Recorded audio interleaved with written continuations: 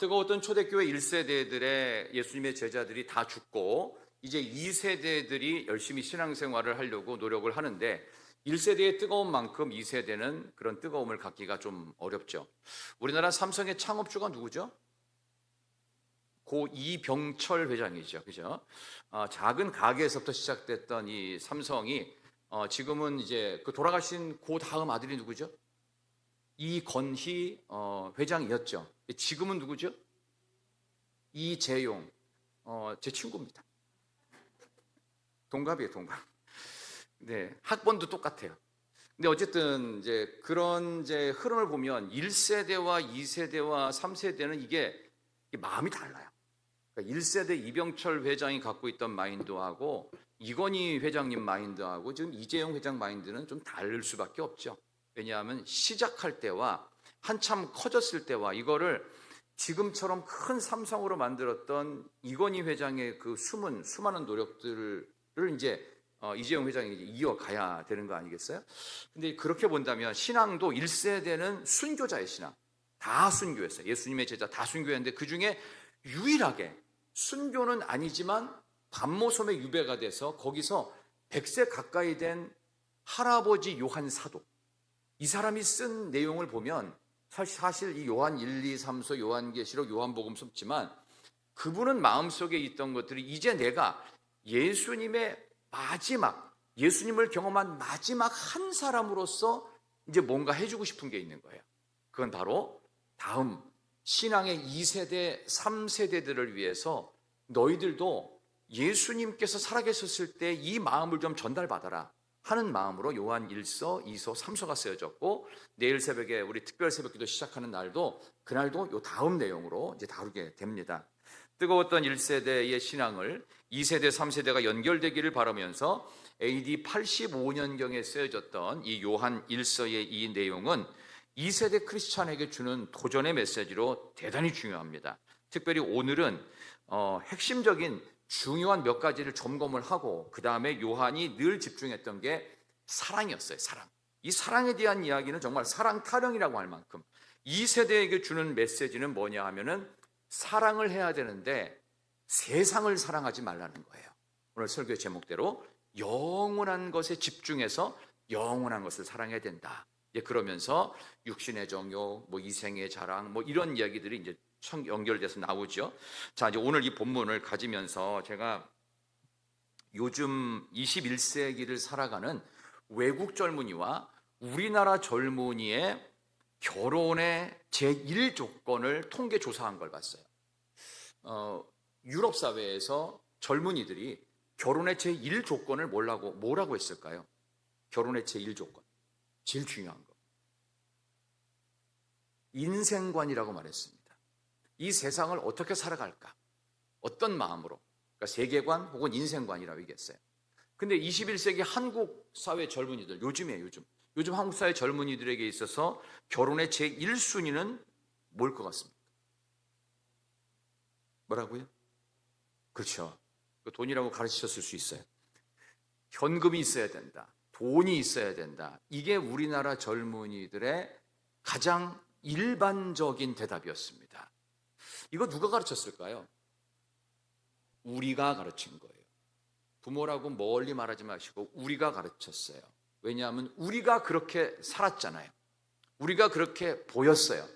우리가 그렇게 견물생심으로 비춰졌어요. 돈이 있어야 돼. 돈. 없어야 된다는 뜻이 아닙니다. 있어야 되는 건 맞아요. 근데 그게 전부인 것처럼 살면 우리 다음 세대들은 다 그렇게 살게 돼 있다는 것.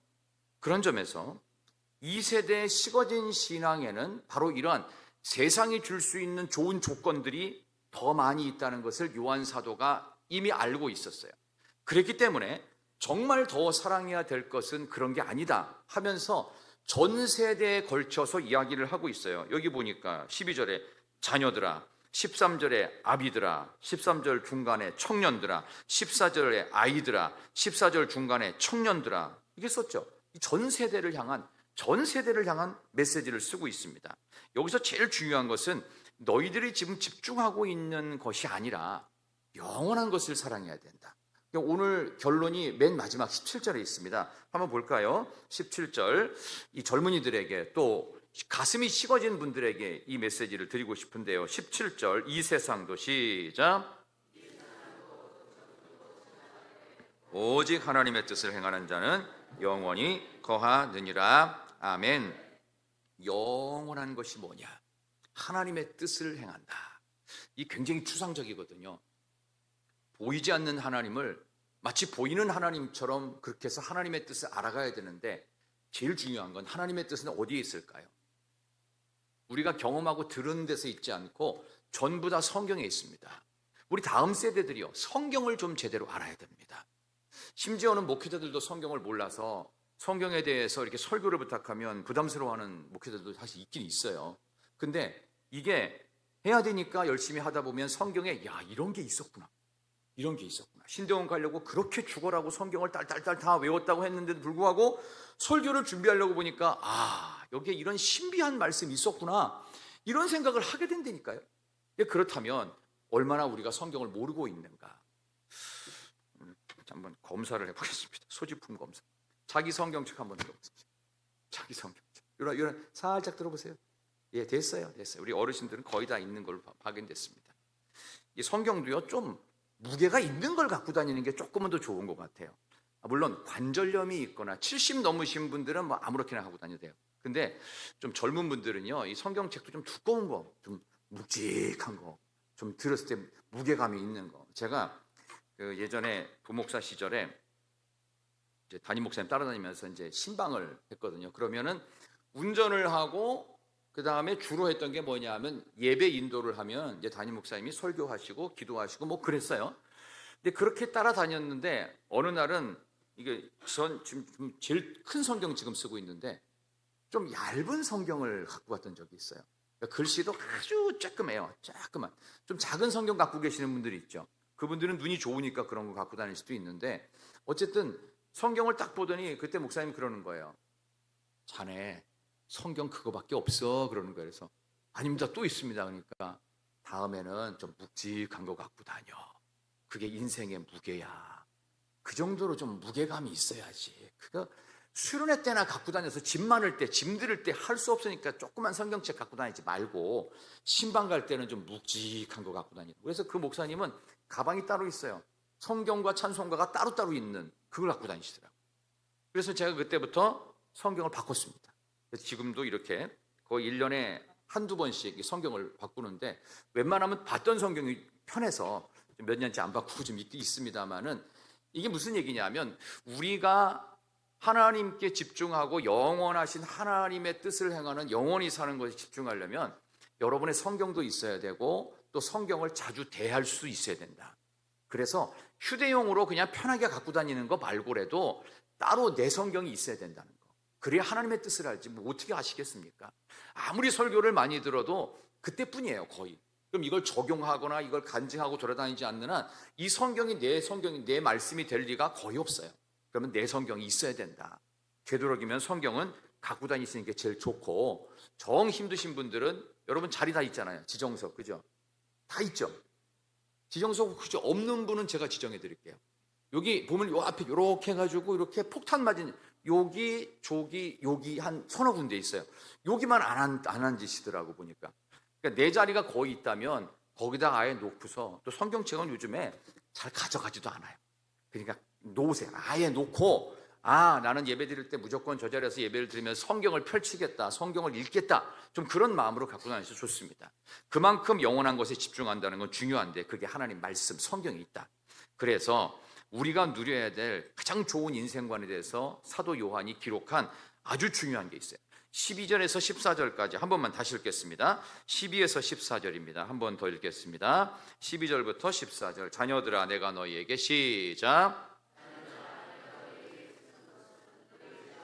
그의 이름으로 말미암아 사함을 받았으며, 아비들아, 내가 너희에게 쓰는 것은 너희가 태초부터 계신 이를 알았으며, 청년들아, 내가 너희에게 쓰는 것은 너희가 악한 자를 이기었음이라. 아이들아, 내가 너희에게 쓴 것은 너희가 아버지를 알았으며, 아비들아, 내가 너희에게 쓴 것은 너희가 태초부터 계신 일을 알았으며 청년들아 내가 너희에게 쓴 것은 너희가 강하고 하나님의 말씀이 너희 안에 거하시며 너희가 흉악한 자를 이기었음이라. 아멘. 그 말이 그 말 같죠? 세대별로 막 썼는데 그 말이 그 말 같고 이게 뭔 소리 같고 뭔 소리인지 잘 모르겠고, 그래서 신약이 구약보다 훨씬 어려워요. 신약은 짧지만 대단히 어렵고 구약은 길지만 전체 스토리만 알면은 생각보다 쉽습니다. 여기에는 헬라 철학 같은 것들이 녹아져 있을 뿐만 아니라 앞뒤 문맥과 이 전체를 모르면 잘 몰라요. 그래서 신약 성경에는 마태, 마가, 누가, 요한, 사도행전까지만 하면 신약은 끝이에요. 그 다음엔 다 서신서예요. 서신서, 예언서, 공관복음, 공동서신 이런 걸로 이제 가 있죠. 그러니까 요한일서 같은 경우도 서신서기 때문에 여기에는 이 요한 사도가 갖고 있는 이 신학적인 체계가 녹아져 있어요. 그게 좀 어려워요, 생각보다. 그러다 보니까 여기에 대한 것도 좀 설명을 해드려야 되는데, 예수님에 대해서 알았다 세대별로 알았다는 얘기가 나오고, 그 다음에 예수님이 우리를 용서하셨다는 얘기도 나오고, 우리가 오늘 14절에 있는 것처럼 너희 안에 거하시면 너희가 흉악한 자를 이겼다, 이거를 한마디로 정리해 보면 이렇습니다. 우리의 인생은요 딱 세 개로 연결되는데, 용서와 무언가를 아는 것과 승리입니다. 이거를 우리가 이해하기 쉽게 어떻게 이해하시냐면, 예수님을 아는 것을 통해서 내가 용서받았다는 것을 알고 남도 용서할 수 있고, 그리고 예수님을 아는 것을 통해 나도 남도 용서하고 그 다음에 승리할 수 있습니다. 다시 알물 통해서 예수님을 알물 통해서 용서도 받았고 승리도 할 수 있어요. 이 두 개, 이 3차원적인 요것이 우리가 가져야 될 인생관입니다. 여러분들 제일 중요한 건 예수님을 아는 일입니다. 여기 보니까 아까 13절에도 아비들아 알았다, 청년들아 악한 자를 이겼다, 아이들아 14절에도 알았다, 아비들아 알았다, 뭐 계속 알았다 나오거든요. 그러니까 우리가 예수님을 안다는 것이 우리 인생에 제일 중요합니다. 아까 처음에 인사했던 것처럼 예수 안 믿었으면 어떡할 뻔했어요. 예수님을 알았다는 것이 그토록 중요한 거다. 예수님을 아는 것으로 내 인생은 새로운 지평으로 확 열린다. 그래서 예수님을 아는 것으로 시작해서 내가 용서가 돼요. 그래서 남도 용서가 되는 거예요. 남을 용서하지 못하는 사람은요 내가 용서가 안 되는 사람들이에요. 그러니까 내가 이렇게 생겨 먹었는데 왜 너마저 그렇게 생겨 먹었냐, 그러니까 용서가 안 되는 거예요. 잘 생각해 보시면 이게 맞아요. 내가 나를 용서할 수 있고 내가 나에 대해서 있는 그대로를 품고 사랑해주고 나를 닥달하지 않으면 남도 그렇게 품을 수 있고 용서가 됩니다. 근데 내가 나 자신 내가 용납이 안 돼. 그럼 어떻게 해요? 남도 용납을 못하는 겁니다. 너는 나보다 최소한 나아야지. 이렇게 나도 못하는 기준을 상대에게 전가시킵니다. 그러니까 불편해지죠. 예수님을 알면 나도 용서가 되고 남도 용서가 된다. 그러니까 예수님께서는 자존감이 굉장히 높으신 분이었어요. 그래서 자존감의 최고의 자리는 십자가예요. 인간이었을 때 할 수 없는 한계를 하나님의 아들이셨음에도 불구하고 와보니 아는 거예요. 잠도 자야 되죠. 화가 나면 화도 내야 되죠. 배고프면 먹어야 되죠. 피곤하면 어떻게든 자야 되죠. 이런 것들의 한계를 예수님이 인간이 되셔가지고 느끼신 거예요. 그러니까 우리를 이해하는 폭이 어마어마하게 넓습니다. 그러니까 예수님을 안다는 것은 나 자신이 누군지를 드디어 알게 되는 거예요. 왜? 예수님이 나하고 똑같은 인간이셨기 때문에. 예수님을 알아감으로 나도 용서가 되고 나도 이해가 되고 남도 이해가 되는, 그리고 맨 마지막에는 드디어 승리할 수 있어요. 주님과 함께. 어떤 승리? 십자가처럼 승리하는 것입니다. 져주고 용서하고 받아주고 품어주는 것을 통해서. 여러분 살면서 그런 생각 안 해보셨어요? 내가 좀 좋아하는 좀 사람들이 있어요. 내가 좀 싫어하는 사람들이 있어요. 나를 좋아하는 사람도 있고 나를 싫어하는 사람도 있죠. 뭐 아멘까지는 아니지만 어쨌든 있어요. 있다고요. 있어요. 그 싫어하는 사람 이름 되면은 아마 많이 나올 겁니다. 좋아하는 사람도 아마 많이 나올 것 같아요. 그런데 이게 동전의 앞뒷면이에요. 내가 굉장히 싫어하는 사람이 어떻게 보면은 내가 못하는 걸 많이 갖고 있는 사람이에요. 어떻게 보면 내가 너무 좋아하는 사람은 내가 할 수 있는 거를 못하는 사람들이에요. 그러니까 내가 우위에 섰을 때는 어떻게 해요? 내가 그 사람을 얼마든지 품을 수 있잖아요. 이게 동전의 앞뒷면이기 때문에 긴장 관계입니다. 그러니까 좋아한다는 것은 언제든지 싫어할 가능성도 있는 거예요. 근데 싫어한다는 것은 또 언제든지 좋아할 가능성도 있는 겁니다. 인생이라는 게 그렇게 정확하게 한 곳으로만 가지 않더라고요. 살다 보면 여러분들이 20대 때 생각했던 사람을 대하는 자세와 지금 여러분이 사람을 대하는 자세하고 같아요, 달라요? 다를걸요? 왜 다를까요? 이제는 조금 아는 거예요. 그렇다면 알게 돼서 아는 것처럼 예수님을 알면 나를 알고 너를 알아요. 그럼 어떻게 해요? 예수님과 함께 승리하는 길을 드디어 깨우칩니다. 오늘 그 얘기하는 거예요. 아비들아, 청년들아, 뭐 자녀들아, 세대들을 거쳐 전부 다 예수님을 알아야 된다는 얘기를 하고, 그를 통해 나도 알고 너도 알고 우리 모두를 품는 그런 쪽으로 용서가 되고, 그 다음에 결국 예수님과 함께 진짜 승리의 길로 가자. 오늘 이 얘기를 하는 겁니다. 그러니까 인생관이라고 하는 것은 그만큼 소중한 것일 뿐만 아니라 오늘도 우리에게 주시는 진정한 주님을 알아감을 통해서 얻게 되는 놀라운 신비를 계속해서 발견해 가시는 여러분 되시기를 소망합니다. 함께 살고 있는 가족들 있죠. 처음에는 그런 줄 알았어요? 몰랐죠. 아기가 태어났어요. 예쁠 줄만 알았어요. 말을 너무 잘 들을 줄 알았어요. 근데 키워보니 어떻든가요? 여전히 예쁘고 모든 게 좋고 그렇든가요? 아니면 진짜 내가 저걸 왜 낳나? 이런 것도 아마 한 번쯤은 생각해보고 또 많이 생각하시는 분도 있을 수 있어요. 근데 어떻게 해요? 포기 못 하잖아요. 왜? 내 새끼인데 어떻게 포기를 해요? 그죠? 그래서 어떻게 해요? 내가 부모로서 조금 이게 무뎌지고 좀 둥글둥글해지고, 그렇죠? 내 배 아파서 내가 난 새끼인데도 불구하고 나하고 마음이 다를 수도 있겠구나. 내 가족인데도 나를 힘들게 한다면 내 가족이 아닌 사람들이 나를 힘들게 하는 것은 대단히 지극하기 당연한 일입니다. 그렇기 때문에 너무 미워할 것도 없고 너무 이해가 안 된다고 멀리할 것도 없어요. 살짝만 뒤집어 보면 좋은 점이 많아요. 때로는 살짝만 뒤집어 보면 다 좋은 것만도 아니에요. 그렇죠? 그러니까 지금 친한 사람이 언젠가는 나를 싫어할 수도 있습니다. 또 지금 좀 불편한 사람이 언젠가 나를 더욱 좋아할 수도 있습니다. 그게 인생살이입니다. 주님에게 있어서는 모두가 원수였잖아요. 그죠? 제자들도 다 배신하고 도망가 버렸어요. 그러니까 원수 아니에요, 원수. 주님을 미워하는 게 아니라 주님을 미워해야 지가 사니까 저주하고 부인하고 다 도망가 버렸잖아요. 그렇다면 우리도 주님을 부인하고 저주하고 도망쳐버린 제자나 진배 없는 인생이기에 주님이 안 보여서 그렇지, 주님이 여러분 눈앞에 나타났다면 얼마나 부끄럽겠어요. 베드로 이상 부끄러울 겁니다.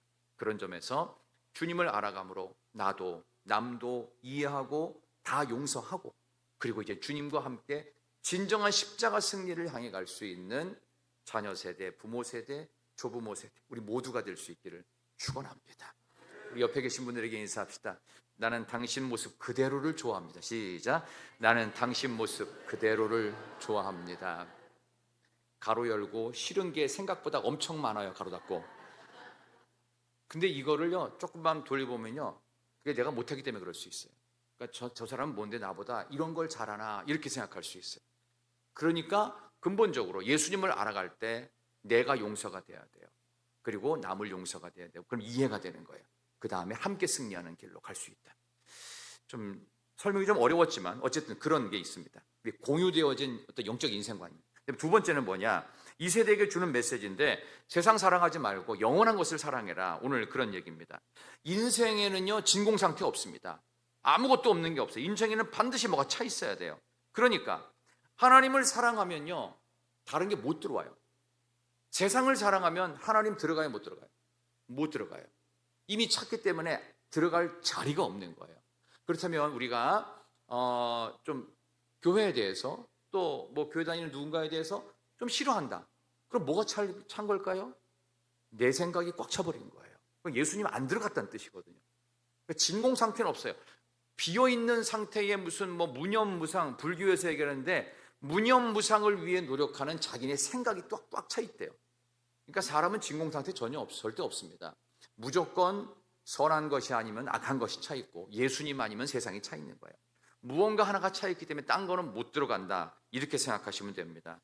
두 주인 섬기지 못한다고 마태복음 6장에선 분명히 말했습니다. 하나님을 사랑하든 돈을 사랑하든 하나를 더 미워하거나 더 사랑하거나, 그래서 하나가 너무 사랑하게 되면 딴 거는 사랑할 수가 없다. 하나님과 재물을 겸하여 섬길 수 없느니라. 뭔가로 채워지면 그거로 끝입니다. 그걸 다 비워내기 전까지는 채울 수가 없다. 돈 있는 사람은 돈 욕심이 없을까요? 더 많을까요? 여러분 돈이 있으니까 돈 욕심이 조금 있겠죠. 그죠? 얼마나 벌고 싶으십니까? 많이 벌었으면 좋겠죠. 그러면 천국 보화는 좀 생각하시나요? 거기에 투자를 좀 하셔야 될 텐데, 올해는 영원한 것을 사모해야 되는데, 신년 첫 오후 찬양 예배인데 영적 투자, 여기에 좀 관심을 가져라. 오늘 그 메시지예요. 이 세대들에게 주는, 가슴이 식어진 세대들에게 갖고 있는 가장 큰 맹점은 세상에 줄 수 있는 조건으로 꽉꽉 채워졌다. 시를 예를 들잖아요. 그래서 16절 보십시다. 16절 보시면 세상에 줄 수 있는 조건을 세 가지로 구분했습니다. 16절, 이는 세상에, 시작. 안목의 정욕과 이생의 자랑이니 다 아버지께로부터 온 것이 아니요 세상으로부터 온 것이라. 아멘. 그렇죠. 이걸 좀 쉽게 보면 이렇습니다. 육신의 정욕, 안목의 정욕, 이생의 자랑. 육신의 정욕은 옛사람의 본능입니다. 옛사람의 본능은 두려움은 피하고 싶고요, 욕심은 더 추구하고 싶은 거예요. 맞죠? 두려움은 피하고 싶고 욕심은 더 추구하고 싶은 옛사람의 본능이 육신의 정욕입니다. 그래서 에베소서 2장 3절에서 내 원함대로, 내가 원하는 대로 살아간다고 하고 있어요. 이게 육신의 정욕입니다. 그럼 안목의 정욕은 뭐냐? 견물생심, 사자성어로, 그러니까 보는 것만큼 욕심이 생겨요. 이게 그냥 일반 유리잔이지만 여기에 금이 좀 한두 개 박혀 있어요. 그럼 여러분 어떻게 하실 것 같아요? 일단 예배부에서는 싹 싸갖고 금고에다가 보관할 겁니다. 아마 금고. 왜냐하면 여기 한 돈이 요즘에 70 몇만 원씩 하잖아요. 그죠? 근데 금을 둘렀어. 그래서 여기 한 80만 원쯤 된다고 해보세요. 그럼 밖에 잘 못 꺼내놓을걸요? 왜? 견물생심이에요. 이거 내 건데 누가 가져가면 어떡해? 이런 생각을 하실 거 아니겠습니까? 그게 두 번째 나오는 안목의 정욕. 보는 것만큼 욕심이 생깁니다. 학습된 욕구도 있고 자극된 욕구도 있어요. 이걸 물질주의, 쾌락주의로 대변되고 있습니다. 물질적인 것을 너무 추구하든가 아니면 즐거움을 추구하기 위해서 살아가는 모든 일들, 이게 다 안목의 정욕입니다. 이생의 자랑은 뭐냐? 이생의 자랑은 한마디로 자랑하면 다 뺏깁니다. 히스기야가 병이 났어요. 15년 생명 연장의 꿈을 이뤘습니다. 그러고 나니까 어떻게 해요? 이제는 살만한 거예요. 무기 창고고 뭐고 황금방패고 뭐고 솔로몬 때부터 있던 거 가지고서 바벨론의 위문 사절단이 찾아오니까 다 보여줘요. 다 보여줘. 이게 무슨 얘기일까요? 국고가 뭐가 있는지, 그 다음에 내부 정보가 어떤 건지를 바벨론 사람들이 다 보고 갑니다. 돌아가자 바벨론 왕이 공격 준비를 합니다. 그래? 이놈들 이런 걸 왜 보여주지? 저것들의 어떤 기본적인 자세가 흐트러졌네. 히스기야 이후에 그래서 남유다가 급격히 몰락하기 시작합니다. 이런 정보를 왜 주냐고요? 우리들도 마찬가지예요. 우리나라의 1급 정보 같은 경우는 절대로 외국에 빼돌리는 거 아닙니다. 그러다 큰일 납니다. 우리나라가 외국에 잠식되는 순간 우리나라는 속국이 되기 시작해요. 우리를 우습게 봅니다. 그래서 실제로는 국가적인 부분들은요, 1급 비밀로 절대로 말하지 않아야 될 것은 안 하는 겁니다. 그 대표적인 게 뭐 있죠? 우리나라 내비게이션에 절대로 나와 있지 않는 지명이 몇 군데가 있어요. 첫 번째는 군부대. 군부대는 어디도 표시가 되어 있지 않습니다. 두 번째는 교도소. 그런 데가 표시가 안 돼 있어요. 군사 어떤 비밀 시설들은 절대로 표기가 안 나오게 돼 있습니다. 그 왜 그럴까요? 그래가지고 일부러 비밀로 하려고, 그게 아니라 그 나라를 위해서 그러는 거예요. 그렇다면 우리도 마찬가지입니다. 우리가 살아가는 삶 속에서 하지 말아야 될 게 있어요. 자랑하는 거 좀 하지 마세요. 자랑하다 다 뺏깁니다. 실제로 히스기야의 교훈을 우리는 반면교사로 삼아야 될 것입니다. 나 혼자 좋은 걸로는 만족이 안 돼요. 그러니까 남들도 나를 부러워해 줘야 되고 나는 그 가운데서 잘난 척을 또 해야 되는 거예요. 이게 이생의 자랑이에요. 이거 세상으로부터 온 거라고 그랬죠. 자랑하면 그걸로 끝입니다. 더 이상은 나에게 돌아온 게 없고, 그 다음에 시기 질투로 변합니다. 그래, 네 얼마나 잘났어, 네 팔뚝 굽다, 그래 어디까지 가나 한번 보자, 이런 식으로 괜히 견제만 하고 시기 질투 삼지, 그러니까 그런 것들은 자랑할 필요가 없는 것이다. 그러면서 우리가 해야 될 일은 영원한 것을 사랑해야 된다. 세상 중독에서 탈출하시기를 바랍니다. 중독을 탈출하는 제일 좋은 방법이 뭔지 아세요?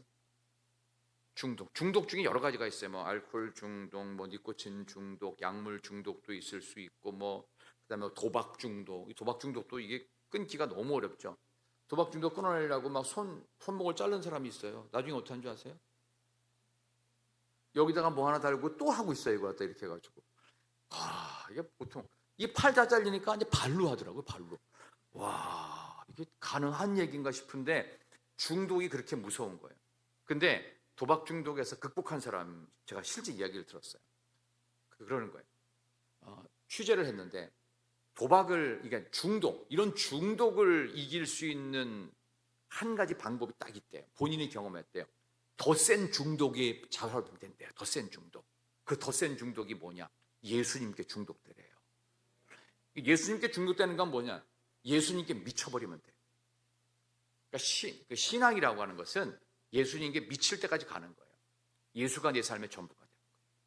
내 삶의 가장 중요한 전부고 기초가 예수님이 되면 그 다음부터 세상이 달라집니다. 만물이 새로워집니다. 그거 안 하고 다른 거 집어넣고 하니까 이건 아무리 설득해도 되는 게 아니에요. 설득한다고 여러분들이 마음이 바뀌겠어요? 아니죠. 여러분들 그거 못 벌었던 걸 갖다가 이제 주일날 나오게 하기 위해서 내가 한 달에 한 1,000만 원 줄 테니까 주일날 나와라. 그 사람의 신앙이 생길까 안 생길까요? 안 생기죠. 돈만 챙기죠. 어떻게 바뀌겠어요? 예수님 안에서 내가 영원한 것을 사모하기 위해서 세상 것들을 끊어야 돼. 이게 쉽지 않은데 아멘을 해주셔서 정말 감사합니다. 앞으로 보겠습니다. 아멘 하신 분은 새벽에 절대 안 빠지시는지도 보고, 이 심각한 중독에서 예수 중독으로 가고 예수께 미친 자로 가면은 될 수 있다. 그것이 진짜 중요한 가장 핵심입니다. 마지막으로 제가 영국 이야기 하나만 하고 끝내겠습니다. 영국에 그 찰스 웨슬리라고 해서 감리교를 만든 사람이 있는데, 이 찰스 웨슬리가 찬송가 하나를 지었습니다. 522장 한번 펼쳐보세요. 522장, 이 웨슬리가 만든 찬송인데요. 522장.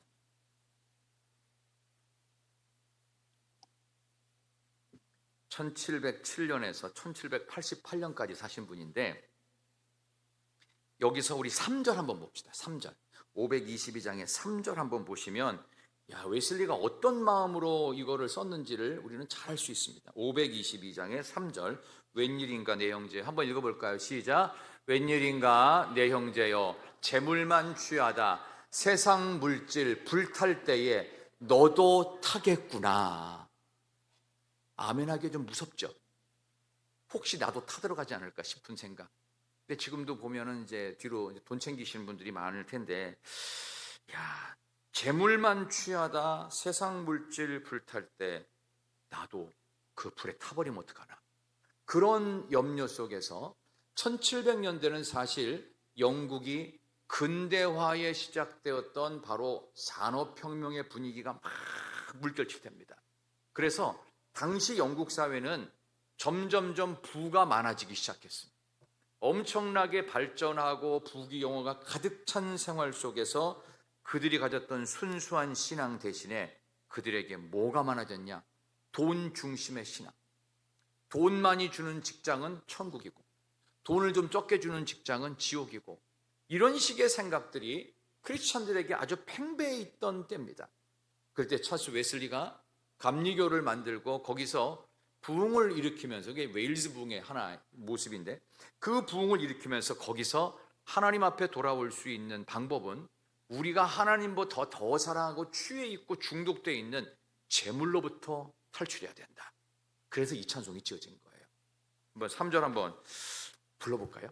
3절만 한 번만 딱 불러봅시다. 522장 반주 한번 해주시겠어요? 522장 웬일인가 내 형제여. 이렇게 한번 3절만 한번 불러보도록 하겠습니다. 522장의 3절입니다.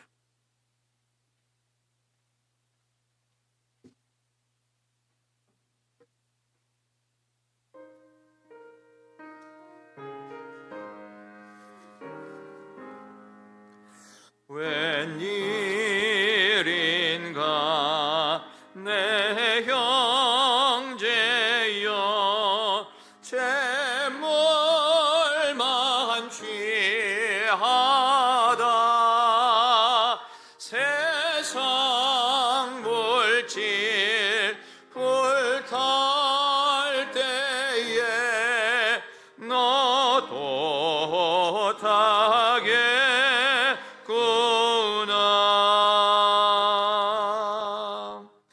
세상 물질 불탈 때 타들어가는 인생이 아니라 세상 물질 불탈 때 우리는 세상이 아닌 영원한 곳에 집중해서 천국 가는 인생 살아가시기를 소망합니다. 이 부분에 이런 메시지들을 부담스럽게 듣지 마시고 여기에서 들어야 될 메시지를 들으시면 됩니다. 나는 영원한 것에 집중하며 살리라. 하나님의 뜻을 행하는 자로 세상에 중독되었던 내가 예수님께 다시 중독되어지고 말씀에 더욱 몰입하여서 하나님이 기뻐하는 영원한 것을 향한 삶을 살아가겠노라. 그런 마음으로 마지막으로 우리 결단 찬송 부르기 전에 옆에 계신 분에게 인사하도록 하겠습니다. 이렇게 인사합시다. 내일 새벽에 꼭 만납시다. 시작. 내일 새벽에 꼭 만납시다.